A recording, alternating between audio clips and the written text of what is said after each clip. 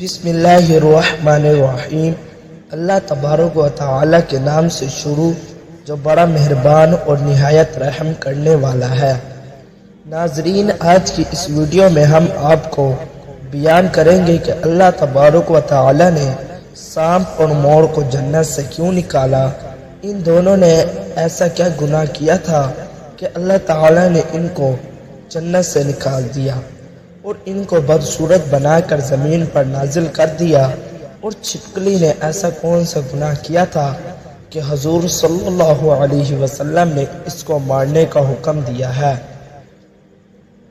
جنت میں گھومنے پھرنے اور کھانے پینے کو بہت کچھ تھا، لیکن جنت میں اکیلے اور تنہا ہونے کی وجہ سے حضرت آدم علیہ السلام اداس رہتے تھے۔ اللہ پاک نے حضرت آدم علیہ السلام کے بائیں پسلی سے بی بی حوا علیہ السلام کو پیدا کیا، اور یوں حضرت آدم علیہ السلام حضرت حوا علیہ السلام کا ساتھ پا کر خوش ہو گئے اور وہ دونوں جنت میں خوش رہنے لگے۔ اللہ تعالی نے ان سے ارشاد فرمایا کہ تم دونوں جنت میں جہاں چاہو گھومو پھرو، جو کچھ چاہو وہ کھاؤ پیو، لیکن خبردار اس درخت کے قریب مت جانا اور نہ ہی اس درخت کا پھل کھانا۔ اگر تم نے ایسا کیا تو تم ظالموں میں سے ہو جاؤ گے۔ سانپ اور مور بھی اس وقت جنت میں رہتے تھے اور وہ دونوں بھی جنت سے باہر آیا جایا کرتے تھے۔ اس وقت سانپ کے پیر بھی ہوتے تھے۔ اس وقت سانپ کے منہ سے ابرک کی خوشبو بھی آتی تھی، اور مور آج جتنا خوبصورت دکھائی دیتا ہے وہ اس وقت کہیں زیادہ خوبصورت ہوا کرتا تھا۔ جب وہ جنت میں رہتا تھا تب مور کے پاؤں بھی بہت خوبصورت ہوا کرتے تھے۔ ایک دن جب وہ دونوں جنت کے باہر آئے تو ان کی ملاقات شیطان سے ہوئی۔ شیطان نے ان دونوں سے کہا کہ مجھے بھی اپنے ساتھ جنت میں لے چلو، تو جواب انہوں نے دیا۔ ان دونوں نے کہا کہ ہم اللہ کا خوف ہے، ہمیں اللہ کا خوف ہے اور اس بات کا ڈر ہے کہ تمہیں اپنے ساتھ جنت میں لے جاتے ہوئے ہمیں کوئی دیکھ نہ لے، اس لیے ہم تمہیں جنت میں نہیں لے جا سکتے۔ اس پر شیطان نے اپنے دوستی کا واسطہ دیا کہ ہم جنت میں ساتھ رہتے تھے، مجھے بھی جنت میں لے چلو۔ مور نہ مانا، لیکن شیطان نے ان کو دائمی زندگی کا خواب دکھایا جس پر سانپ مان گیا، اور سانپ نے شیطان کو مشورہ دیا کہ تم میرے منہ میں بیٹھ جاؤ اور میں تمہیں جنت میں جا کر اگل دوں گا، اور اسی طرح تمہیں کوئی دیکھ نہیں سکے گا۔ سانپ نے شیطان کو منہ میں بٹھا کر جنت میں لے جا کر اگل دیا۔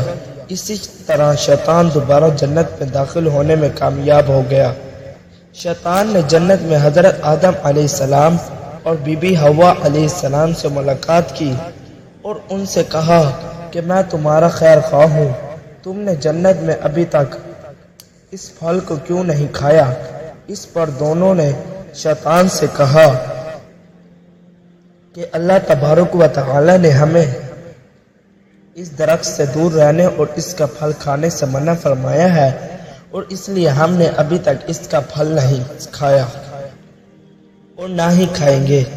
جب حضرت آدم علیہ السلام سو گئے تو شیطان بی بی حوا علیہ السلام کے پاس آیا اور انہیں بہکانے لگا کہ اللہ پاک نے تمہیں پھل کھانے سے اس لیے منع کیا ہے کہ کہیں وہ پھل کھانے کے بعد تم نہ مرنے والوں میں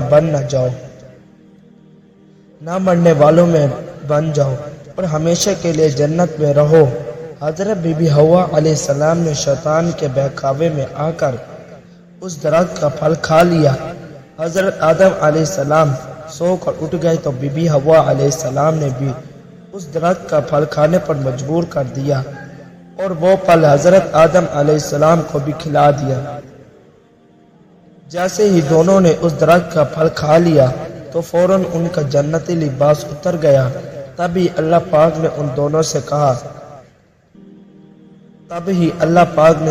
سے کہا کہ میں نے تمہیں اس درخت کے پاس جانے اور اس کا پھل کھانے سے منع نہیں کیا تھا، لیکن تم دونوں نے میری بات نہ مانی، اس درخت کا پھل کھا کر اپنی جان پر ظلم کیا۔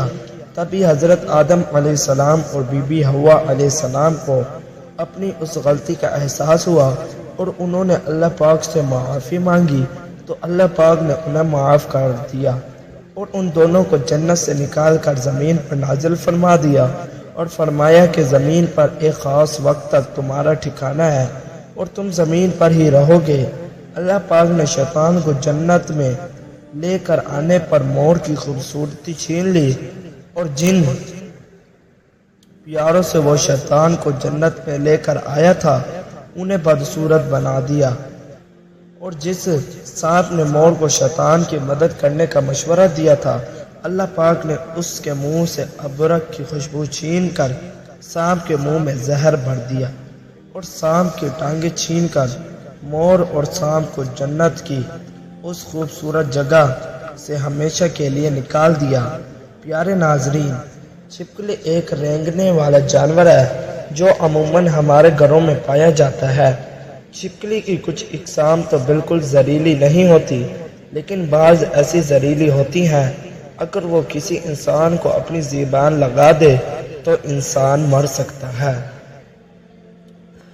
ناظرین، تذکرۃ الاولیاء میں ہے کہ ایک شخص حضرت علی رضی اللہ تعالی عنہ کے پاس آیا اور عرض کرنے لگا کہ چھپکلی کو مارنا جائز ہے یا نہیں، تو حضرت علی رضی اللہ تعالی عنہ نے ارشاد فرمایا کہ نبی پاک صلی اللہ علیہ وسلم نے ارشاد فرمایا کہ چھپکلی کو مارو، چھپکلی کے مارنے کا حکم دیا ہے کیونکہ یہ حضرت ابراہیم علیہ السلام کی آگ پر پھونکے مارتی تھی۔ چھپکلی واحد خلقت ہے۔ جب نمرود نے اللہ پاک کے نبی کو آگ میں ڈالنے کا فیصلہ کر لیا تو ہر جانور اس آگ کو بجھانے کی کوشش کر رہا تھا اور یہ خوش ہو کر اس آگ کو بھڑکا رہی تھی۔ تب ہی اسے اللہ پاک نے اس پر لعنت بھیجی اور اسی وجہ سے اس کو مارنے اور اپنے گھر سے بھگانا کوئی گناہ نہیں۔ اور حضرت علی رضی اللہ تعالی عنہ ارشاد فرماتے ہیں کہ اس زمین پر کچھ مخلوقات ایسی ہیں جو انسانوں سے ناخوش ہیں اور انہوں نے شیطان سے وعدہ کیا ہوا ہے وہ انسان کو ہر طرح سے نقصان پہنچائیں گی۔ انہوں میں سے ایک چھپکلی بھی ہے، مطلب حضرت آدم علیہ السلام کی خلقت سے لاکھوں سال پہلے اس زمین پر چھپکلی کا خاندان کثیر تعداد میں رہتا تھا اور لاکھوں کی تعداد میں بڑھنے لگا۔ انہوں نے زمین پر اتنا ظلم کیا کہ اللہ پاک نے زمین پر عذاب نازل کر دیا اور اس نسل کو ختم کر دیا، سوائے اس کے جو بہت چھوٹے تھے جو زمینوں، وقاروں اور پانی میں چھپ گئے۔ جیسے جیسے وقت گزرتا رہا وہ بغض اور حسد اپنے آپ میں رکھتی رہی، یہاں تک کہ حضرت آدم علیہ السلام کا زمانہ آ پہنچا تو شیطان نے اس نسل کی وجود میں یہ بات ڈال دی کہ تمہاری نسل کو حضرت آدم علیہ السلام کے لیے ختم کر دیا گیا۔ تبھی سے اس نسل تعلقات انسان سے نفرت کرتی ہیں اور کوشش کرتی ہیں کہ انسان کو نقصان پہنچایا جائے۔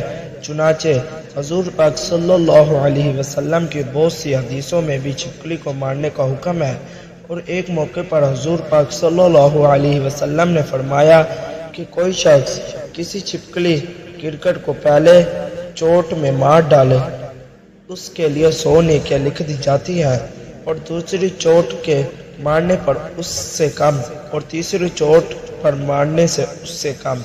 اللہ پاک ہمیں نیک اعمال کرنے اور گناہوں سے بچنے کی توفیق عطا فرمائے۔ ناظرین، اگر آپ کو ہماری ویڈیو پسند آئی ہے تو ویڈیو کو لائک شیئر ضرور کیجیے۔ ہمارے چینل واقعات کی دنیا کو سبسکرائب ضرور کیجیے گا۔ انشاءاللہ آپ کو ہم روزانہ نئی ٹاپکس اور ویڈیو بنا کر دیتے رہیں گے۔ اللہ حافظ۔